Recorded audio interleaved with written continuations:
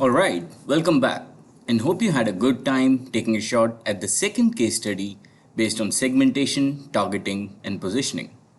The case study talked about a retail store that had been set up by a couple of passionate entrepreneurs, and based on the market research that they had done, based on the insights that they had found based on the market research, and based on what they felt was a good starting point or a good positioning to adopt.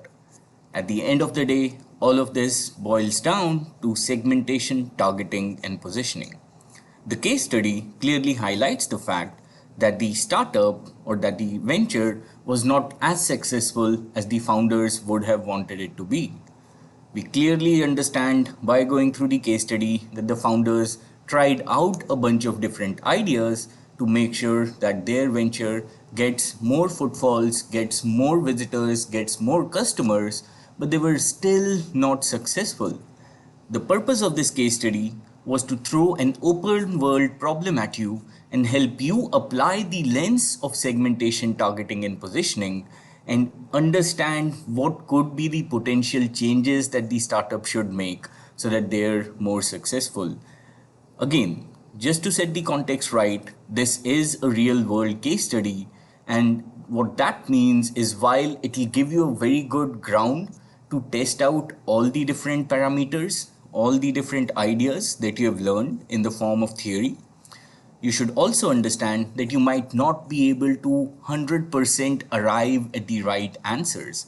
In the real world, the right answers, you can only know whether an answer is right once you have implemented something and once you actually start seeing the results.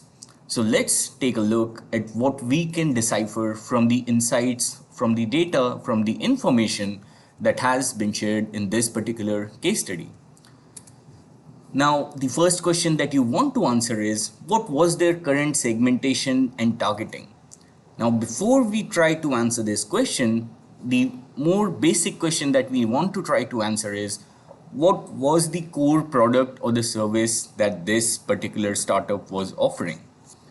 As we can know from the case study, the startup tried to go for a very unique position where they wanted to offer a good, casual eating and dining experience along with the ability to purchase and shop for clothes.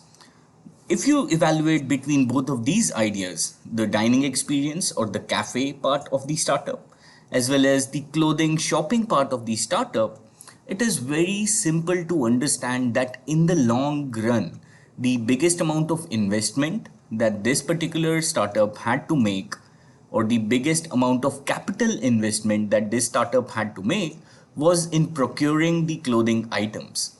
And because the biggest amount of investment was being made in procuring the clothing items, it becomes all the more necessary for the startup to really focus on that part of the business. Think about it this way. How often would you really go to a place where you're going to have food and then decide to buy clothes?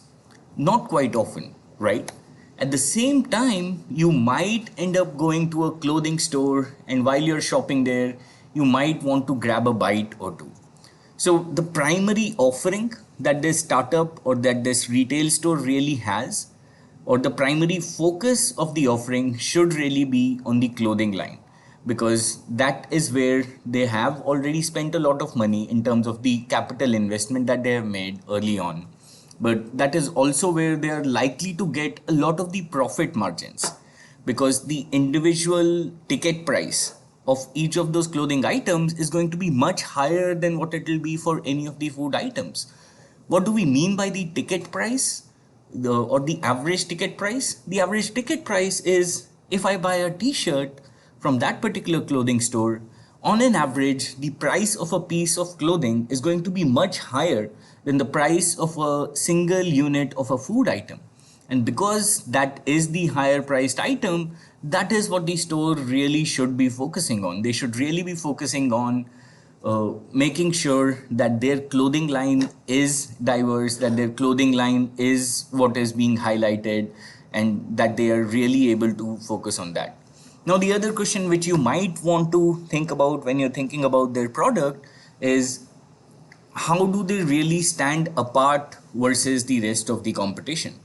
right? Now we can try and do some segmentation and targeting activity here to take a closer look at how this particular retail store was posed in terms of their segmentation strategy. Take a look at this segmentation table. This segmentation table tries to break down all the clothing shoppers in terms of the basic demographics. So if you have to look at the clothing shoppers, you can categorize them as teenagers, young adults, and adults. Teenagers are typically the shoppers who won't really have their own disposable income, right? When I say disposable income, I'm talking about they won't really have their own earned money to spend on clothing. Because as we concluded earlier, clothing should be the larger part of the focus for this particular retail store. Teenagers, then you have young adults. Young adults have disposable income, however, not as much disposable income as adults. Adults is where you'd find the most amount of disposable income. However, one big difference that you would notice here is that in teenagers you'd have and young adults, you'd essentially have two types of buyers further. You'd have impulse buyers, those who just buy based on impulse. Now, this would be applicable if the main draw of the store is the food and beverage, and then you just walk in, you see a nice piece of clothing, you see a new t-shirt, you see a new hat, and then out of impulse you decide to buy it, not because you need it, just because you liked what you see and just because you're making that impulsive decision to buy it. At the same time, you'll have occasional buyers. What's an occasional buyer? An occasional buyer is someone who is looking to buy something for a specific occasion. Maybe they want to go out for a party, maybe they have a formal event coming up, and hence they want to walk into a store where they know that they will find the clothing specific to that particular occasion, and hence they will want to go and pick that particular piece of clothing up from there. At the same time, in adults, I've consciously omitted the category of impulse buyers because as an adult, while you'd still have a lot of impulse buyers, it would be significantly overweighed by the volume of the occasional buyers, people who would buy only for specific occasions. And even within those occasional buyers, you'd have people who are buying either directly for themselves or adults who are buying for their family or for their kids. Now, the big difference that you see here is the occasional buyers under the adults have consciously been categorized into those who would buy for themselves versus buy for others. Now, the difference that it makes in terms of targeting is if I am going to target the occasional buyers and if I'm going to target the occasional buyers who are buying for their family or kids, am I creating that environment which is conducive for an adult to bring the rest of their family and bring the rest of their kids along to this particular shopping experience? As an example, let's say I'm an adult and I need to buy a new shirt for my dad. If I'm buying a new shirt for my dad, is the restaurant environment and is the cafe environment such, or is the overall appeal of the outlet such that both me as well as my dad would be interested or attracted to visiting this particular outlet? Now, these are some of the things which you want to think about. The other main idea that you want to think about is think about the occasional buyers. While you have impulse buyers have a limit in terms of the amount of money that you'd spend. For example, if I see a shirt which costs just $10, or if I see a t-shirt which costs just $10 or $15 or even $20, I might make an impulse purchase and might decide to buy it. However, if I see something which costs $100, even though I might be an impulsive buyer, I might not be as impulsive making that decision if the same t-shirt costs $100, because that is going to regulate my impulses, because now all of a sudden it has become a high average ticket price item, and hence I'm going to think twice before I decide to buy it.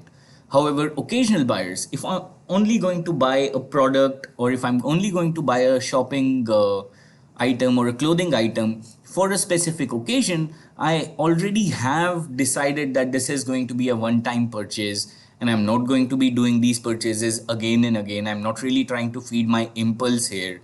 There is a very specific occasion which I need to buy a very specific item of clothing for. I need to go and attend a wedding. I need to go and attend a very formal event at work. I need to maybe buy something for a friend for a particular festival or an occasion. And hence, I would be willing to spend more money on that particular occasional purchase. And hence, what you'll see in a lot of these clothing outlets is while you do have generic clothing outlets which sell clothes across different varieties, you still have a lot of specialized clothing outlets which only sell a certain types of clothes. For example, in India, you have a set of retail stores or clothing retail stores which only offer traditional slash ceremonial clothing. At the same time, you only have stores which only focus on offering sports related clothing, right? Now, the main reason why they do that is because when I think of sports clothing, I do not think of running into any retail store. Rather, I would just go to an Adidas or a Nike or a Decathlon because I know that that is what that particular store specializes in. So a lot of times trying to do everything for everyone can be a disadvantage. And again, this goes back to the entire concept which we talked about earlier of having a very clear positioning in the mind of the customer, right? Now, what about picking the right target audience? If this particular store had to pick the right target audience, for them picking the right target audience, if they wanted to maximize the revenue, wanted to maximize the impact that they're able to create, they would have been better off if they would have picked or targeted the young adult impulse buyers or the teenager impulse buyers. I would not target the adult occasional buyers because for the adult occasional buyers, it's a really strong decision to go and decide to buy something. And when they're doing that, they are going to do a lot of research. They are going to want to go to a specialized outlet versus just going into a store which offers both a dining as well as a shopping experience, right? So because you want to make sure that you are adding that differentiated value and you are catering to the needs of the audience. Let's take a look at the positioning, right? So this positioning chart, it has the food experience on one axis. The food experience is great on the right side, poor on the left side.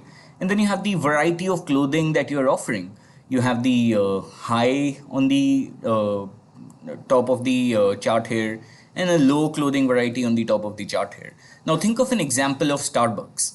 Starbucks undoubtedly has a very good dining experience. Of course, you cannot get anything that you want to eat, but you do have a good dining experience. It's an amazing cafe, one of the most famous coffee brands in the world. But at the same time, they don't really sell any clothes. You might, and on an off chance, find a t-shirt available to purchase or a coffee mug available to purchase in a Starbucks store, but that's not really what they're focused on. They're just focused on providing a very good cafe experience, and that is the positioning that they've adopted in the market. At the same time, if you go to a place such as a Hard Rock Cafe has a great dining experience because you can pretty much have different types of food, everything from continental to Asian to you just name it and you're able to find it at a Hard Rock Cafe. But at the same time, Hard Rock Cafe also makes a good amount of money on merchandise sales. Hard Rock cafes across the world display the merchandise, the t-shirts, the apparel, the different items branded with Hard Rock Cafe that you can buy at those stores. So while it has a better dining experience, it also goes a slightly level up against something like a Starbucks in terms of offering that variety of clothing. However, just remember, as long as you're in this quadrant, you're not really going to that place to buy clothes. You're just walking into that place because you know that the food experience is great and the purchases that you make are largely going to be impulse driven. Now, this is the current position which the startup which we are talking about in the case study is at. Their current position is they have a decent food experience. Of course, they'll not be able to compete given that they're a startup with names like Hard Rock Cafe in terms of offering that variety of food, but they definitely have a much bigger clothing variety versus something like a Starbucks or even a Hard Rock Cafe.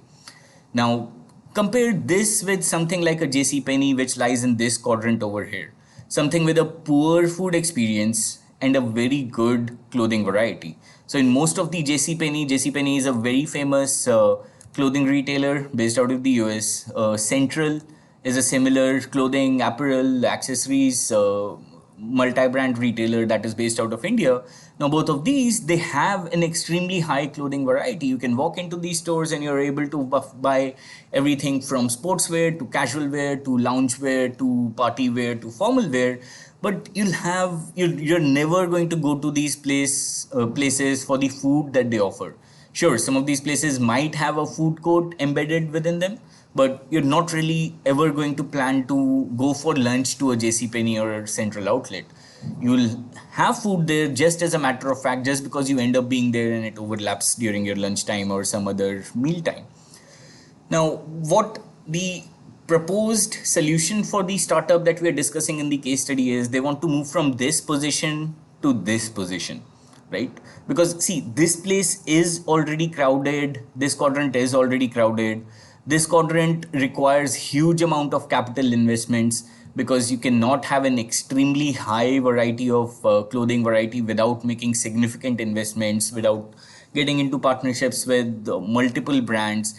And at the same time, you do not want to be here. I mean, the reason why I have not put anything in this particular quadrant is because you do not want to have a poor food experience and a low clothing variety. If you're doing that, then you might as well not be setting up shop.